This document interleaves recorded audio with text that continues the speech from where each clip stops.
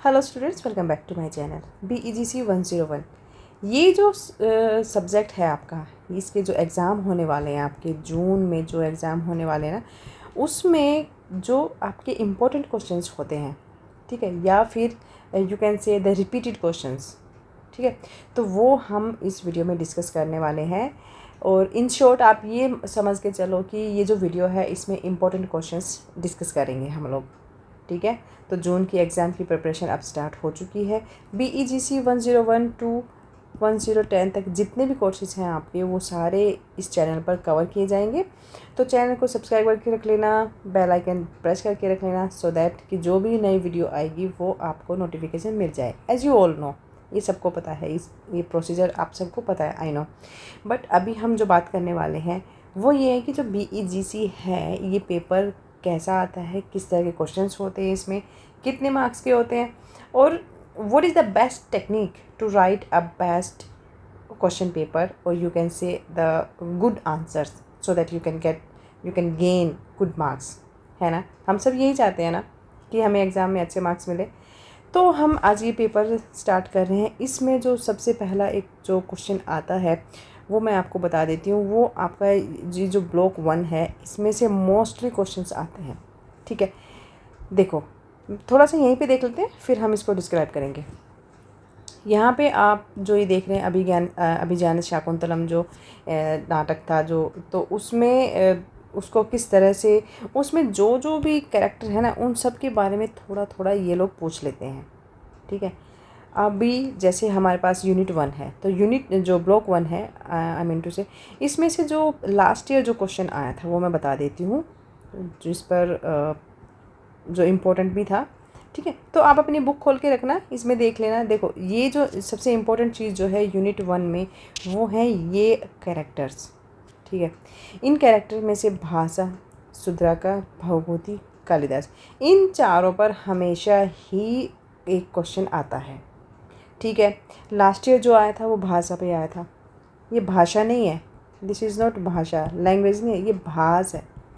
हिंदी में भाष बोलते हैं, इंग्लिश में हम भाषा बोलते हैं, ठीक है। अब लेकिन ये क्वेश्चन भाषा पर आ चुका है ऑलरेडी, तो इस बार जो रिपीट हुआ था क्वेश्चन वो है भवभूति पर। तो हम आज भवभूति को डिस्क्राइब करेंगे इस वीडियो में कि जो संस्कृत लिटरेचर है उसमें इनका क्या कंट्रीब्यूशन है, ठीक है। ये हमारा जो क्वेश्चन होने वाला है वो भवभूति पे होने वाला है। सो अगर हम थोड़ा सा नीचे स्क्रॉल करके देख लें, हम भवभूति के बारे में थोड़ा सा पढ़ लेते हैं। कि पहले तो देखो, संस्कृत ड्रामा आपको पता होना चाहिए, ठीक है। व्हाट इज़ संस्कृत ड्रामा, तो आप थोड़ा सा इसको टच कर लेते हैं यहाँ पर कि in this section we shall examine Sanskrit drama in a more detailed manner. In vast country like India cannot have a singular dramatic tradition, ये आपको बताइए। Given as we discussed before the various influences on the genre as well as the diversity of the subcontinent and how these communities received and adapted drama, ठीक है। फिर भी one of the most prominent dramatic tradition to have emerged is Sanskrit drama. जितने भी prominent जो dramas हुए हैं या ड्रामेटिक ट्रेडिशंस हुए हैं, उसमें जो सबसे इम्पोर्टेंट है ना, और जो सबसे फेमस भी रहा, वो था संस्कृत ड्रामा, जिसके बारे में हम बात करने वाले हैं। Other includes the dance drama of southern India as well as the Sanskrit tradition of southern India such as the Kutiyattam in Kerala. देखो, केरला में जो एक और जो संस्कृत ट्रेडिशन थी, उसको जैसे साउथर्न इंडिया में किस नाम से जाना जाता है, कोरियाटम, ठीक है। तो ये तो हो गया छोटा सा इसका इंट्रोडक्शन। अकॉर्डिंग टू नाट्य शास्त्र, the dramatic works purpose was to provide not just entertainment and pleasure but instructions। देखो, ये जो नाट्य शास्त्र जो हमारा जो बुक है उसके अकॉर्डिंग ये क्या कहते हैं, नाट्य शास्त्र क्या बोलता है कि जो ड्रामेटिक वर्क होता है ना, ड्रामा, उसका पर्पज़ सिर्फ ये नहीं होता है, यस, जो ड्रामेटिक वर्क जो होता है, ठीक है, जो ड्रामाज होते हैं, उनका काम सिर्फ इतना नहीं होता है कि एंटरटेन कराना लोगों को और उनको प्लेजर देना, ठीक है, बट इंस्ट्रक्शंस देना।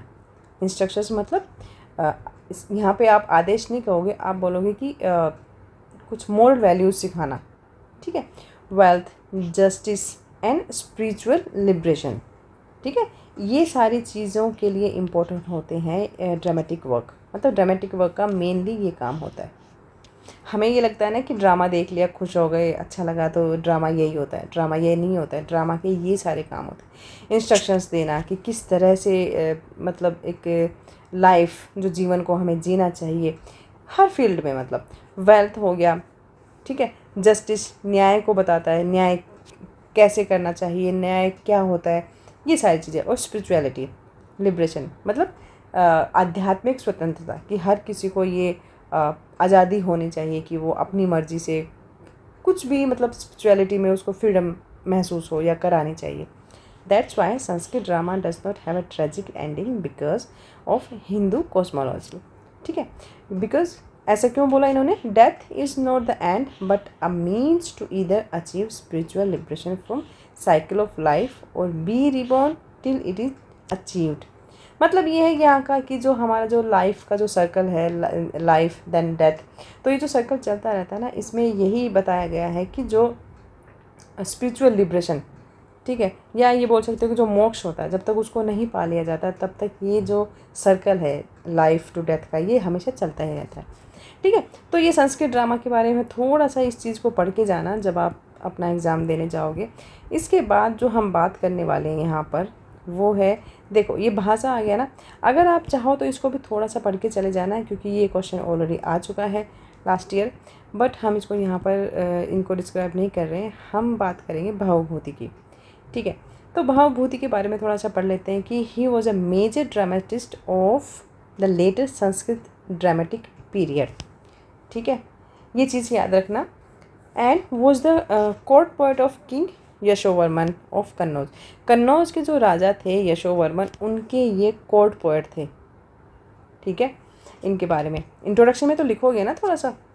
चलिए, in north India in 8th CE he too wrote plays based on Ramayana. इसके अलावा उन्होंने जो प्ले लिखा था जो रामायण पर बेस्ड था, सच एज महावीर चरिता।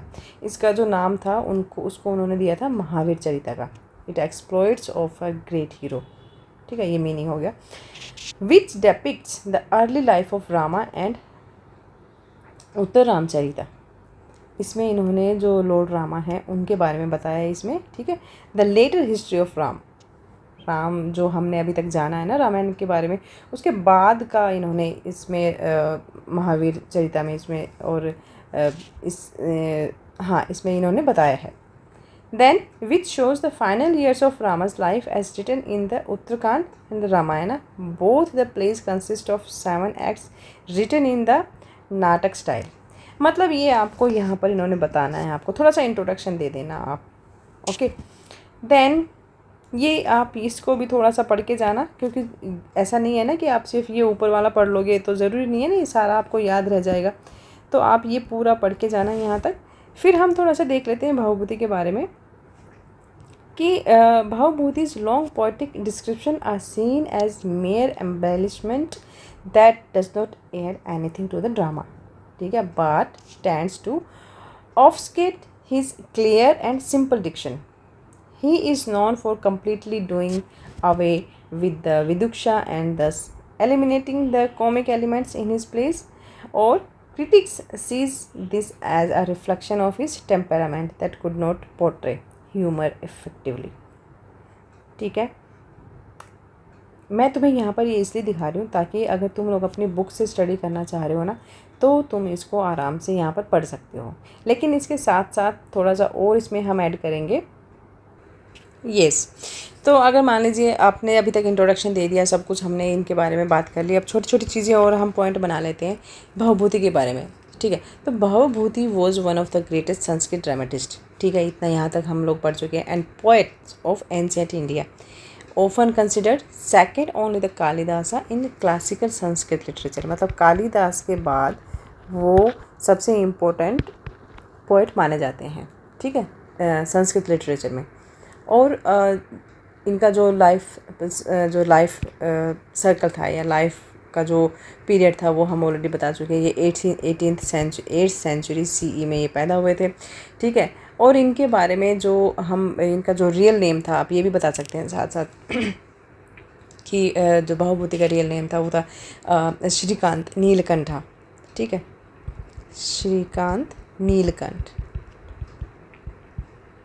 ठीक है, ये चीज़ें अगर याद रह जाती हैं तो बहुत अच्छी बात है, ये भी लिख देना आप। बट ही इज़ मतलब फेमस वो किस लिए हुए थे, जो उनका पेन नेम था, मतलब जिस नाम से वो अपने ड्रामाज लिखते थे ना, बहुभूति, इसके नाम से फेमस हुए थे, बट उनका रियल नेम श्रीकांत नीलकंठ था। ठीक है, फिर बर्थ प्लेस कहाँ पर थे ये, बर्थ प्लेस इनका जो था पदमपुरा में था। ये कहाँ पर है, ये महाराष्ट्र में एक जगह है जो विदर्भ जिसको बोलते हैं आज के टाइम में। ठीक है, वहाँ पर इनका जन्म हुआ था। फिर आप जो फिलोसॉफिकल लर्निंग्स हैं इनके बारे में, उनके बारे में थोड़ा सा बता सकते हो कि he was a devotee of lord Shiva and deeply spiritual.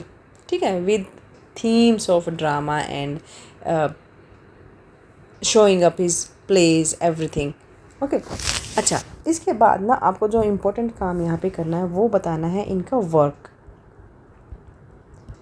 ठीक है, राइटर थे तो उनके वर्क के बारे में तो बात करनी ही पड़ेगी ना, मेजर वर्क लिख सकते हैं आप। ठीक है, तो इनका मेजर वर्क क्या था, क्या लिखा था इन्होंने ऐसा कि ये इनके बारे में हम यहाँ पर बात कर रहे हैं या इन पर इतना बड़ा क्वेश्चन बन सकता है। तो जो पहला इनका वर्क होगा, ठीक है, यहाँ पर मैं लिख देती हूँ आपके लिए। इन्होंने जो बहुभूति है, he wrote 3 major Sanskrit plays, 3 इन्होंने मेजर संस्कृत प्लेज लिखे थे जिनकी हम यहाँ पर बात करने वाले हैं। एक तो था मालती माधवा था। ठीक है, मैं लिख देती हूँ यहाँ पे मालती माधवा। ठीक है, चलो इसको डिस्क्राइब कर लेते हैं।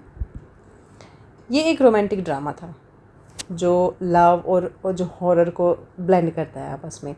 और जो इसकी जो सेंटर्ड ये जो स्टोरी थी, ये मालती और माधव। ठीक है, मालती और माधव ये 2 कैरेक्टर हैं, ये इनके बीच की एक लव स्टोरी थी विद हॉरर। ठीक है, लव और हॉरर। एंड थीम क्या थी इसकी, ये जो ड्रामा था इसकी थीम थी लव, ड्यूटी, लव हो गया, ठीक है, ड्यूटी हो गया, टेंट्रिक रिचुअल्स हो गए, टेंट्रिक रिचुअल्स। ठीक है, और पॉलिटिकल इंट्रिग,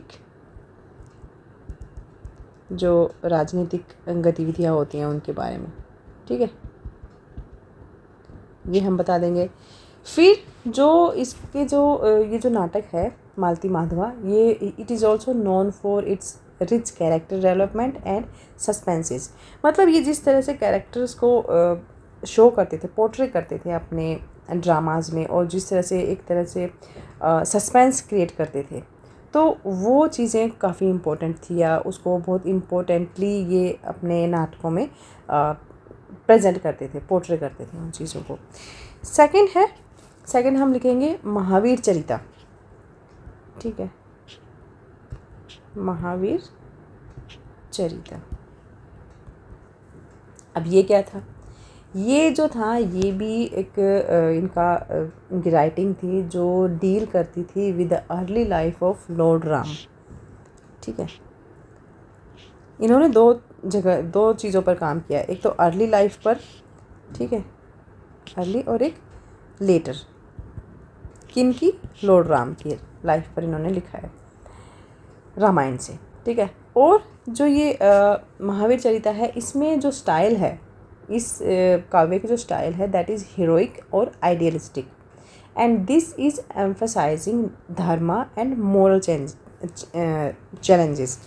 मतलब कहने का ये है कि इनका जो महावीर चरिता था, ये एक हीरोइक और आइडियलिस्टिक, मतलब एक ऐसा काव्य था जिसमें जो हीरो था उसको एक तरह से हीरोइक तो दिखाया ही था, बट आइडियलिस्टिक मतलब आदर्शवादी हो गया, और धर्म का पालन करने वाला, और जितने भी मोरल चैलेंजेस आते हैं उसकी लाइफ में, या उनको किस तरह से फेस करना होता है, उन चीज़ों के बारे में इन्होंने अपने महावीर चरिता में लिखा है।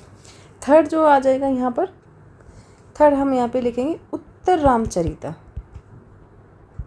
उत्तर रामचरिता। ठीक है, इसके बारे में थोड़ी सी बात कर लेते हैं कि it's a sequel of Mahavira Charita and it is covering the latter life of Rama. मतलब ये जो लॉर्ड राम हैं उनकी जो लेटर लाइफ है, ठीक है, उसके बारे में बात करते हैं, including the exile of Sita and the emotional turmoil surrounding everywhere.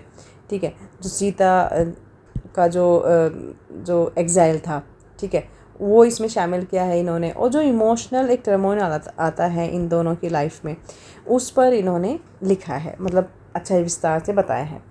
Second point आप लिख देंगे इसमें, ये 1 लिख देते हैं, इसको सेकंड कर देते हैं। यस, सेकंड पॉइंट में क्या लिखेंगे कि दिस इज़ कंसिडर्ड भावभूति's मास्टरपीस। ये जो उत्तर रामचरिता है ना, इसको एज अ मास्टरपीस बताया गया है, कंसिडर किया गया है।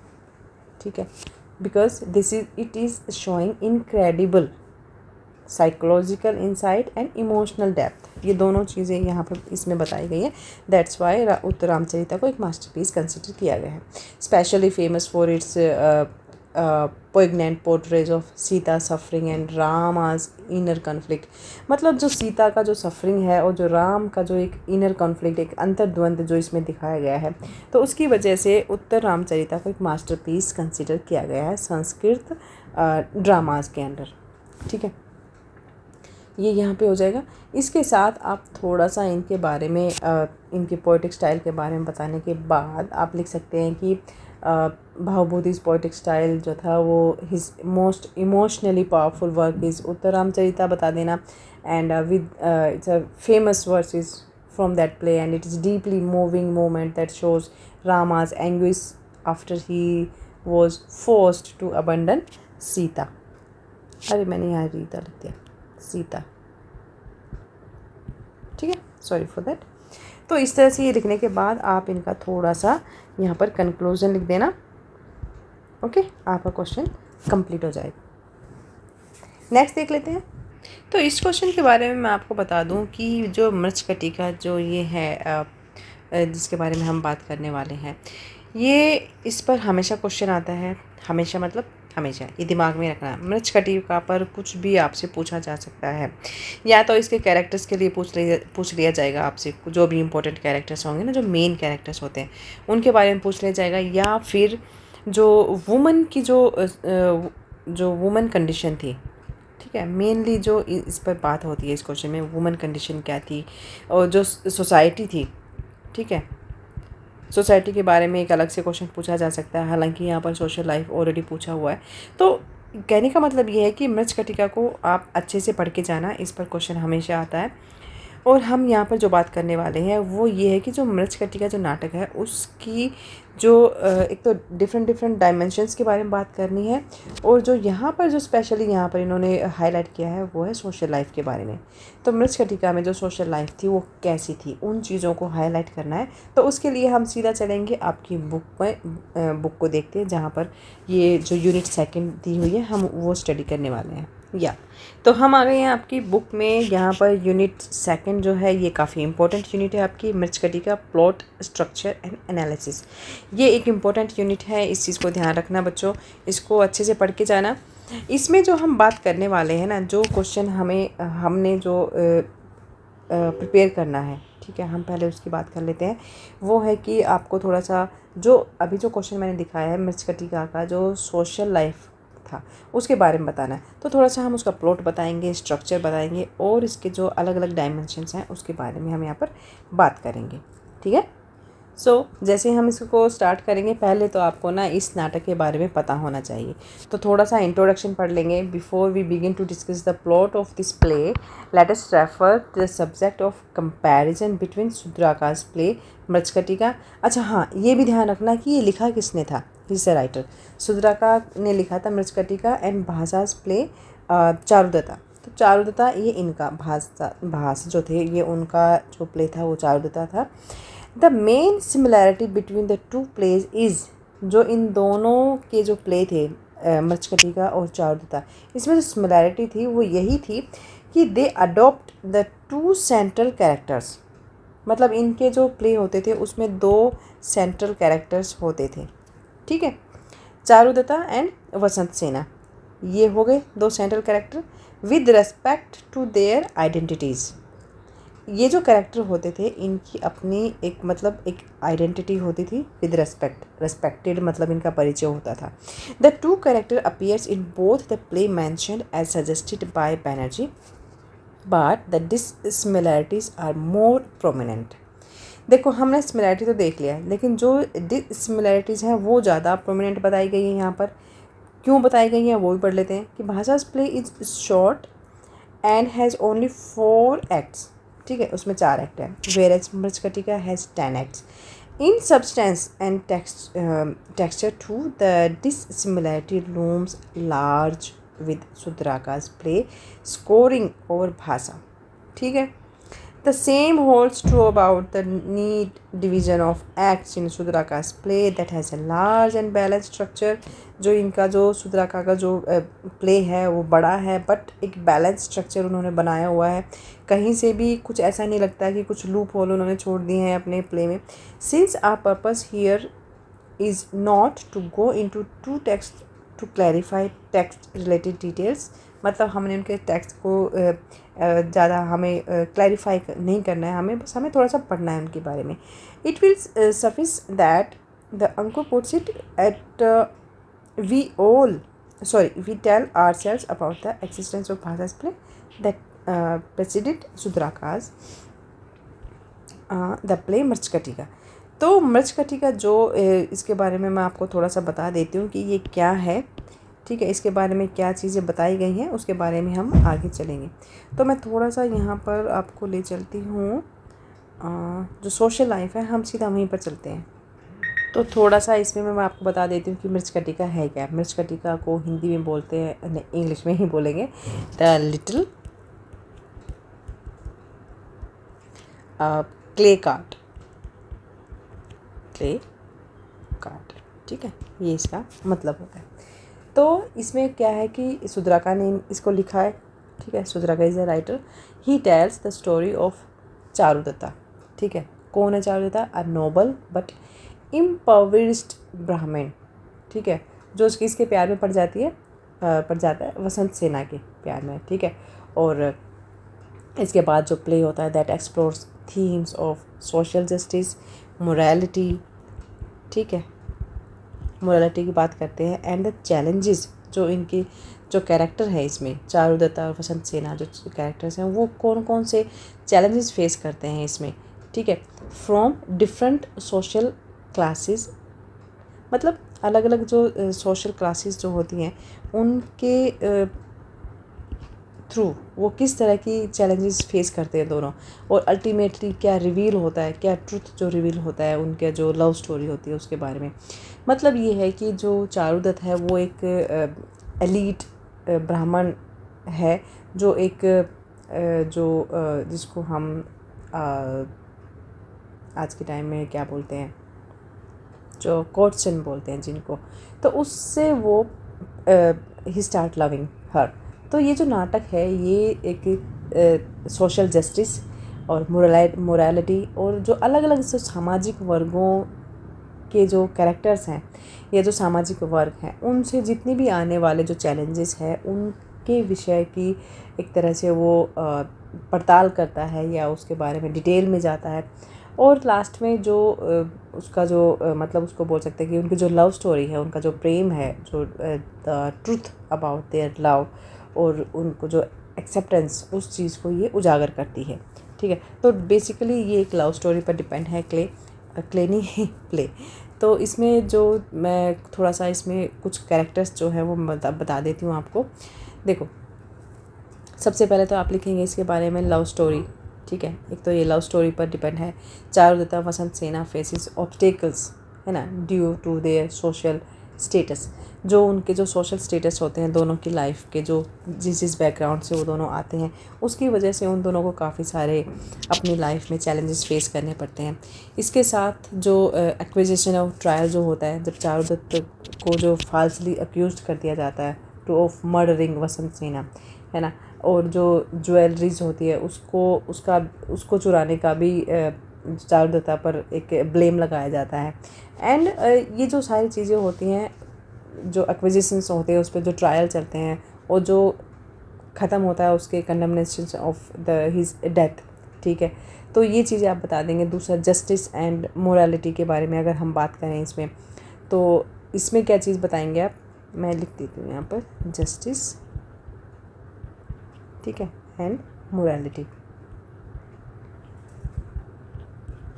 ये पॉइंट बन जाएंगे आपके 1 2 3। तो जस्टिस और मोरालिटी के बारे में आप लिखेंगे कि जो truth is revealed through various events and revelations, फिर ultimately leading to Charudatta and Vasantasena's love being accepted and justice being served. मतलब लास्ट में क्या होता है कि इनका जो डिफरेंट बैकग्राउंड से ये दोनों आते हैं, उसके बाद भी जो सामाजिक एक जो परंपराएं बनी थी उस टाइम, उसके अकॉर्डिंग लास्ट में होता है कि इन दोनों का जो रिश्ता होता है, जो रिलेशन होता है, उसको समाज जो है एक्सेप्ट कर लेता है। इसके बाद जो आप बात करेंगे कि इसमें सोशल जस्टिस क्या क्या होता है, तो सोशल जस्टिस में आप बता देंगे कि the play highlights the injustice faced by the poor and the challenges of breaking social barriers. Okay. फिर मोरालिटी के बारे में अगर आप लिखेंगे, ये तो हम सोशल जस्टिस के बारे में आप लिख सकते हैं। थोड़ा सा मोरालिटी के बारे में बता देना कि जो प्ले है it explores the importance of honesty, kindness and compassions even in challenging circumstances. और फिर लव, रिलेशनशिप, ठीक है, ये मैं पॉइंट्स बता रही हूँ ताकि आप इनको जब एग्ज़ाम में लिखने लगोगे तो आप अपने हिसाब से इन पॉइंट्स को आप डिस्क्राइब कर सकते हो। तो लव एंड रिलेशनशिप्स के बारे में आप लिख सकते हैं कि this play examines the complexities, है ना, जो रिलेशन था उन दोनों का, उनके जो प्यार का जो रिलेशन था, प्रेम का, उसमें क्या क्या कॉम्प्लेक्सिटीज़ आई थी, including its power to overcome social barriers and the importance of mutual respect और अंडरस्टैंडिंग की भी यहाँ पर बातें होती हैं। तो इन चीज़ों को किस तरह से दिखाया गया है वो सारा यहाँ पर मृच्छकटिका में इन्होंने किस तरह से बताया है। तो ये जो सारी चीज़ें हैं ना, ये सोशल डायमेंशंस के बारे में हम बात कर रहे हैं। तो समाज किस तरह का था, किस तरह का उस टाइम पर कास्टिज़म क्या था, ठीक है।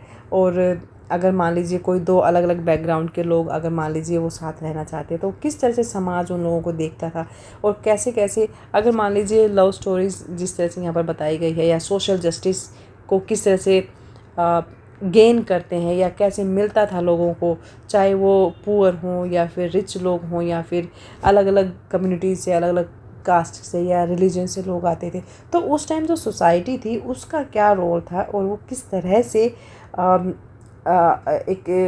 एक उदाहरण पेश करता था। तो वो सारी चीज़ें इन्होंने यहाँ पर एक सोशल डायमेंशन के आप बोल सकते हैं वो पूछा गया है। तो आपको वो सारी चीज़ें बतानी है यहाँ पर, ठीक है। तो इस तरह से ये आपका क्वेश्चन कंप्लीट हो जाएगा। उसके बाद लास्ट में जब भी आप कोई भी क्वेश्चन ख़त्म करते हैं तो लास्ट में कंक्लूजन ज़रूर लिखें, ठीक है। हमारे 2 क्वेश्चन हो गए, एक क्वेश्चन और कर लेते हैं।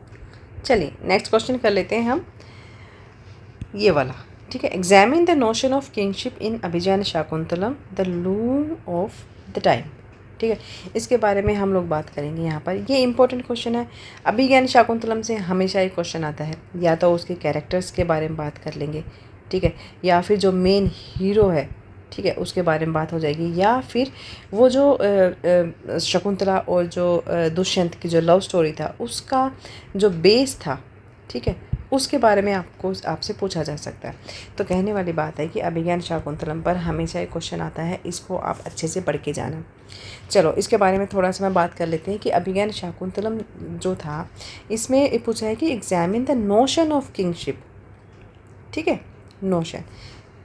तो अभिज्ञान शाकुंतलम जो दुष्यंत है, जो किंग है, उनके जो काम है या जो उनके पास रिसोर्सेज हैं उसके माध्यम से जो राजत्व या फिर किंगशिप जिसको बोलते हैं उसकी धारणा का पता लगाया गया है इसमें, ठीक है।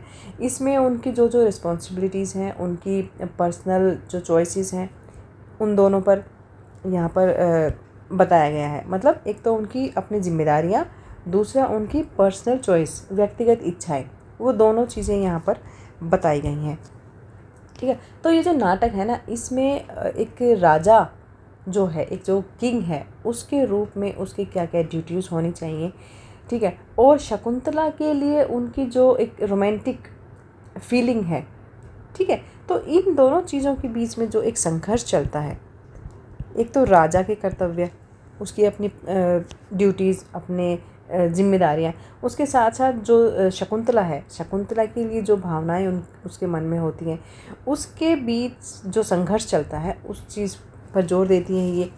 और लास्ट में जो उनकी व्यक्तिगत भावनाएं होती हैं, जो पर्सनल फीलिंग्स होती हैं, ठीक है, उनको